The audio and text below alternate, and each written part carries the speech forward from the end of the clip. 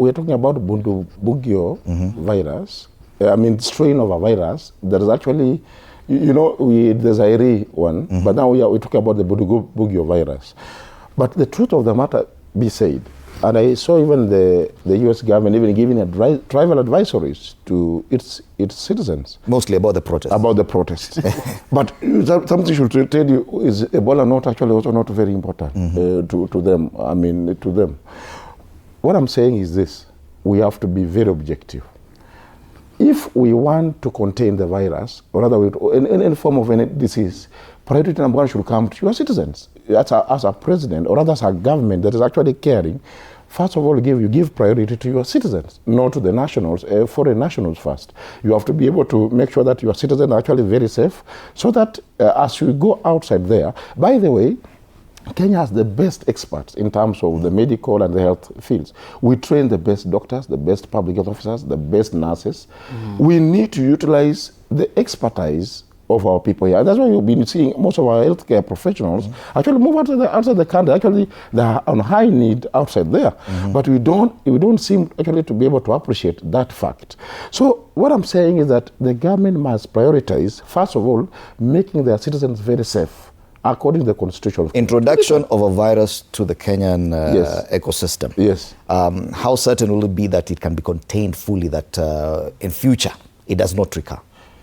You cannot introduce another, it's not possible. So once the Ebola virus is introduced to the Kenyan ecosystem, that's it? That is it, exactly. Now going forward, we'll be having Ebola. We're actually having a problem. Remember, we don't have a case before. And that's why you're actually complaining about the importation of those suspected cases. Okay. We also, as healthcare workers, we also don't want to bring problems to ourselves.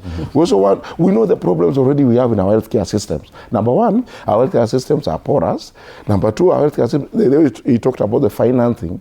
Actually, we don't give priority. We give priority more to other things than the healthcare itself. So, inviting another problem to the already strained healthcare system is actually inviting death and a massacre to our nation. Right. So we need to be very careful on the statements that leaders make, particularly when it comes to, U.S. is okay, I don't want to say much, but it's a funny nation, because you cannot be talking about having your nationals being quarantined here. Why don't they take them to why are they not quarantining them at source? At source, yes. Why not? That should be the big question now. Quarantine facility there. Why are we not closing our borders to anyone coming from the DRC? Those are the questions we ask. The interests actually are marvelous. That's what I keep saying.